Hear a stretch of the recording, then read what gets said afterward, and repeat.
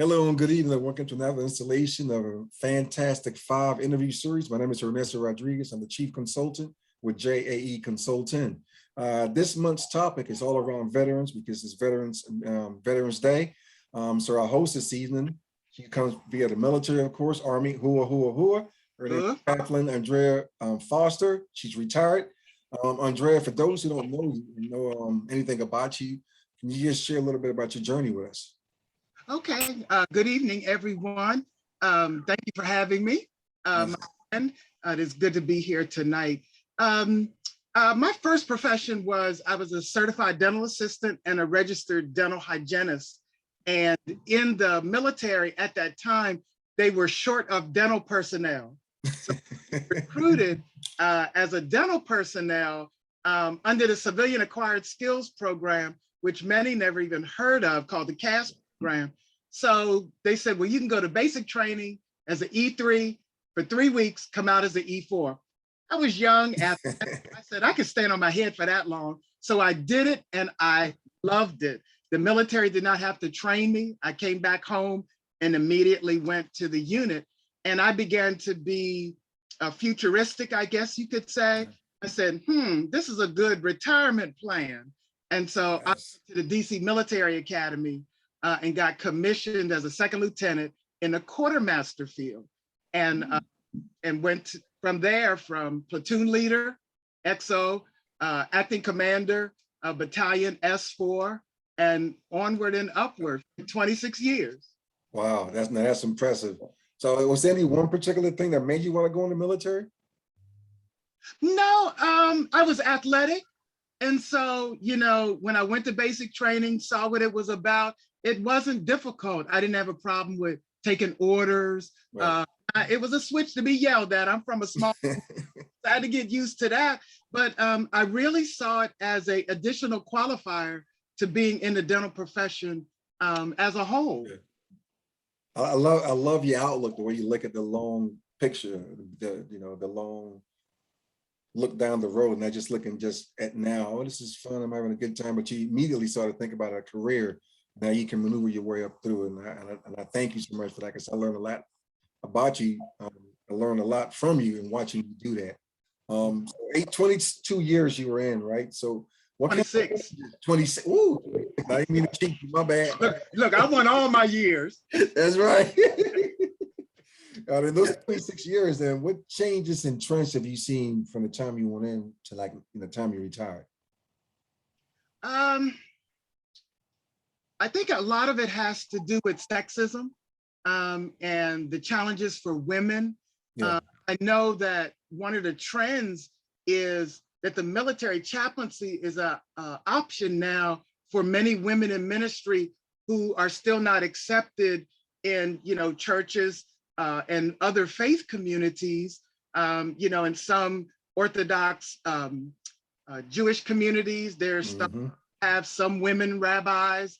And so various communities are slowly letting in women, but in the Christian denomination of which I'm a part of, it's still hard for women to become senior pastors.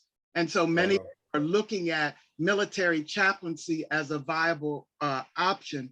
I know for me, because I was already in the military, working with soldiers, keeping my nose to the grind, doing what was required, being a commander, when I accepted my call to ministry on the outside, then I wanted to change and be hope for people in the military. Yes. And when I went to the chaplain basic course, the chaplain advanced course, I was the only Black woman.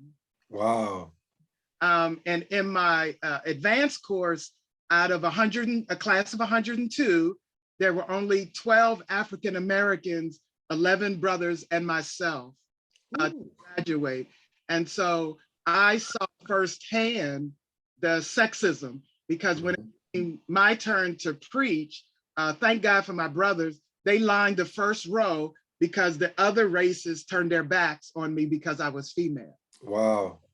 And so,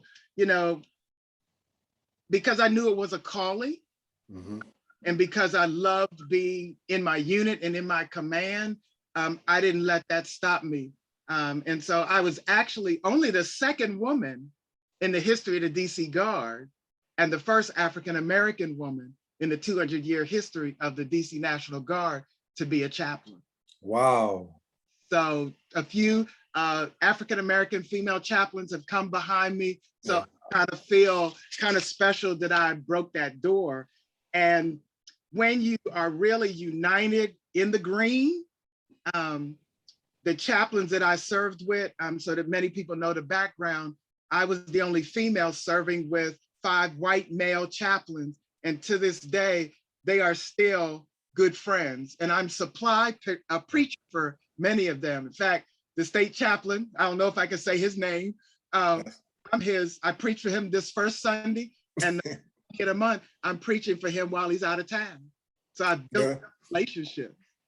That's amazing. And I can vouch for that. I still remember walking through the halls and, we go into these promotion ceremonies and this and that. And, you always see the chaplains come in and you see white colonel, white male colonel, white male colonel. Then you look back and you see this young looking Black female and say, who is she, right? And there you are, and, you're a trailblazer and you open up the door for so many. And I can't say thank you enough for that, because some people have courage to stand and speak truth to power and do that. And I admire that about you. So what makes for the best chaplain in that case then? I'll say 2 parts. One part, I think I had an advantage over a lot of chaplains, because I used to tease them and say that most chaplains are preachers in BDUs, because most of them come straight from the pastorate into it. And I think one of the things that they loved about me and I brought to the table was the experience of being enlisted, of being a line officer. And so there were certain things that people would try to do, because chaplains are usually just nice guys. All right. Like, no, that's not the way this goes. You're a colonel, you should get this. That's right. Yes. And there were certain things that I would tell them all the time. No, that's not acceptable. Right. And I said, because I've been on the other side. That's but right. One aspect of it. But I think the cross, the crescent, the tablets have to be in your heart. Yes. You can't be a successful chaplain. You have to have compassion. Confidentiality is key. Well, I published what I know, it's a national bestseller. But the truth, and you know what I mean. Oh, but yes. The truth of the matter is confidentiality to me is critical to the call. And understanding other faiths and religions and being respectful of that. I've had chaplains, imams, I've had rabbis who came up to me and said they appreciated how I handled the service, because what most people don't understand is when it's a command service and you are required to be there, I don't think it's fair to impose other things onto people. If it's ceremonial, then, the imams have their services and the rabbis have their services. Right. Christians have their Protestant services, and then it can be what your tradition is. But when it is a command performance and other faiths are present, then I think you need to respect and honor that, because I wanted them to honor me. And so I wouldn't say in Jesus' name. Right. A lot of my colleagues gave me a lot of flack about that. Well, I'm going to say in Jesus' name. Well, I said in God's name, name of your creator. So that would encompass everybody. Everybody. So I think if you got to be so rigid that you can't be acceptive of other cultures, you should not be a military chaplain. Well said. One of the keys that they taught us in school, which I still use to this day, it said we had to provide, but we did not have to perform. Yes, love it. Woo! So if Wiccans wanted to worship, then we would find, as chaplains, we would find them a warehouse, and then they could do a ritual. But I didn't participate in anything that was outside of my faith view. That's right. And I think that respects everybody. And that's what it means to be pluralistic in a military, atmosphere. Love it. You almost kind of, answered the next question, which is how do you best then serve your soldiers? You kind of talked a little bit about that now. Well, I think one of the things for me was, for some who didn't have a faith community, the spiritual piece of the weekend coming to see me was all they had. So trust, being where the soldiers are. And since, I had been in as enlisted, I would get in the mud, I would low crawl. The only thing I hated was I had to give up shooting because I enjoyed that. But I had to give up qualification, but bringing hope and trust and rapport. And there are people today, because of things that I kept confident and the things I helped them with, I'm marrying them, I'm blessing their baby. Yes. I'm doing their counseling because Yes. still don't have a faith community. And so they'll call me and always point people back to whatever faith that you either grew up in or you say that you're operating in. I would always point people back to that hope and always encourage people to talk to their spiritual leader as well. Because 1 weekend a month, 2 weeks in the summer, it's not enough. Right? No, that's not enough. You need to get in there on a regular basis so your spiritual leader knows what you're going through and, your heart. Without a doubt, without a doubt. So then what, as new soldiers coming in and they're saying, I may be right now a quartermaster, right? I could be in logistics and then realize that I have a call in the chaplainhood. What advice would you give to someone who's coming into that profession today? Ooh, you better be sure I'm talking to you because the upheaval and the uptempo of the world and how things are globally, the needs of people are much higher than when I was in. There are people in uniform who are hungry. There are people in uniform that are homeless. And so the needs are greater with relationships, and now with the pandemic and the isolation, the blanket of grief that has just plummeted the world. The needs are much greater. So you need to make sure that you're hearing from God. And if you are, talk with a spiritual leader, talk with a former chaplain, and begin to find out what it really entails, other than the brochure that the recruiter has. Pull the curtain back and let me tell you what it's really like. And if you really believe God is calling you to that, then I say prepare. Now, you cannot be a military chaplain unless you have a seminary degree, usually a Master of Divinity, and you are ordained by some organization. So I would tell people to prepare. You don't have an undergraduate degree, get your degree, get in seminary. Because once you're in seminary, here's what a lot of people don't know. I was a chaplain candidate. And so I already was qualified basic course for the quartermaster branch. I had to do the basic chaplain branch all over again. And so it's because it's a new career field. Because it's a new career field and because of the type of career field that it was. So as a chaplain candidate, I was kind of the state chaplain's apprentice while I was in seminary and was going through the ordination process. And so I remained the chaplain candidate until I had a Master of Divinity in hand. I had full ordination papers. Then I was commissioned as a full chaplain. And what rank is that you're commissioned at? Well, see, I was already in. So if they go in the chaplain candidate program, I believe it's a first lieutenant. Okay. And it used to be captain, but they took it down. So I think it's a first lieutenant now while you're in the chaplain candidate program. And then shortly after you complete the requirement, you'll probably make captain. Easy enough, right? Yes, yes. But for me, I think I'm a better pastoral leader because of chaplaincy, because I've preached all over the world. Yes. DC Guard. So I've preached in Haiti, I preached in Europe, in Germany and various places. And in most places that I went, it's funny. This is a funny story. When I went to Vincenza and we got on ground, I took my stuff. There was a little chapel sitting up on the hill and the Popeyes was a little bit down the street. And this is no joke. This is no joke, Sergeant Major, is when I put my stuff down in the chapel and they said, well, go get you some lunch. By the time I got to the Popeyes, everybody on post knew that there was a Black female chaplain on the post. Nobody had ever seen a female chaplain. And so most of the time, and then they're looking at me, stracks squared away, starts down, boots, and they're looking at me like, that's not a normal chaplain look. Right.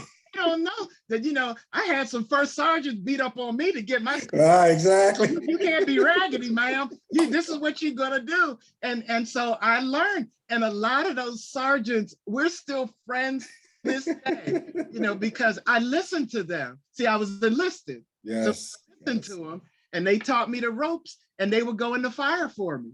Yes, they would. And NCO behind you, you're in good hands right there, boy. That's right. That's right. I wasn't playing.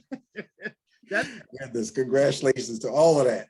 Yes. Is DC Guard seemed to produce a lot of great leaders. I remember when we first deployed to Desert Storm. Yes. Got to see a whole brigade of Black MPs. Yes. Couldn't believe it. So what is this? Yes. I know exactly what you mean. To see the Black female chaplain for the first time. Yeah. I felt like a celebrity. Right. But I loved it. And I would have stayed. We could talk about why I didn't offline, but I would have stayed. It was my dream. It was my dream to replace the state chaplain. Well, you're doing a lot bigger and better things now. Yes, yes. God had other plans. Exactly. Yeah. All right, so this is our last question. This is always a good one, right? Uh-huh. If you're not able to pass on money, cars, houses to the next generation, but you were able to pass on 3 principles for succeeding in life or as a chaplain, what would they be and why? Well, I'm not going to limit it to chaplaincy. I'm going to just speak on this for life, for young people. I always tell young people, when you're considering education, is that major in your passion and minor in something that will take care of you while you're pursuing the passion. Love it. And that comes from having a son that went to college for theater. My husband almost passed out. I said, let mother handle this. So I told him, major in theater, but you need a minor in a field that's going to give you a job and take care of you. Right. Pursuing that. Well, he's an actor in LA now. How about that? And so I think that's important, not to block young people's passion for things because it may not be a 6-figure income attached to it. Right. The second thing I would say is look at role models and mentors that have succeeded in where you're trying to go. Yes, very important. Sit at their feet and talk to them and ask questions. That's what I did. I went to chaplains, I went to pastors, and they always say, here come Foster, she got a whole lot of questions. I wanted to learn, and I don't want to know what's in the textbook. That's right. Tell me what is not being told. Pull the curtain on what this career field is really, really like, and then I can determine if I want to pursue it. And then the last thing has a 3-part, I would say, and this is just from age and wisdom and experience. Keep your circle small, choose your friends that support you, and know the difference between associates, colleagues, and friends. Yes, Lord. Woo, amen. Yeah. Boy, because, you think they're your best friends. Yes, yeah. You need to know the difference because people, some of them that say they're your friends, they need to be over here in the associate category. Right. Colleague, because friends have your back. That's right. Have theirs. And not that the hard way. Because I'm that kind of person and I will continue to give, but it has cost me a lot over the years. And so I got it now. Okay, I see what you're going. You in the associate category. Bless your heart. There you go. There you go. I'll be friendly. Hey, how you doing? Yeah, God bless you. How are you? Family well? But as far as getting into what I'm doing, right. No, everybody doesn't have access to that information. That's right. That's right. Well said, man. Thank you so much for taking the time to sit down and talk with me and sharing all about you and your military career and your chaplaincy with my audience. I am so grateful to you. Happy Veterans Day to you. Thank you. As always. And, and those who don't Well, those who may want to learn more about you and, you know, follow you and maybe just see what you're doing in your life or maybe on social media, how can someone just get in touch with you? Andrea M. Foster on Facebook. They can come see what I'm doing. I do a weekly Bible teaching every Thursday night at 7 o'clock. And you can see my star son and all this other kind of stuff. Just see flyers are there where I'm preaching, you know, where I'm doing seminars and teaching. Andrea M. Foster on Facebook. You got it, Andrea M. Foster on Facebook. Follow her, like her, comment, take pictures, post, whatever your good feelings are. She has a wealth of experience and knowledge and just all around person. She has definitely been anointed by God, and I'm so grateful to for our path to cross. So thank you, man, for being in my life. Thank you. I thank you twice. I thank you 3 times. Appreciate you. All right. Thanks for having me. This was fun. It was. Thank you. At some point, I'm gonna have to have you back so we can talk more in detail about what you do in the community and your spiritual platform and so forth. Okay, I would be honored. Perfect, perfect. Again, my name is Rodriguez. I'm the Chief Consultant for JAE Consulting. It's always, God bless you. Until next time, see you then. Thank you, man. Bless you. Bless you.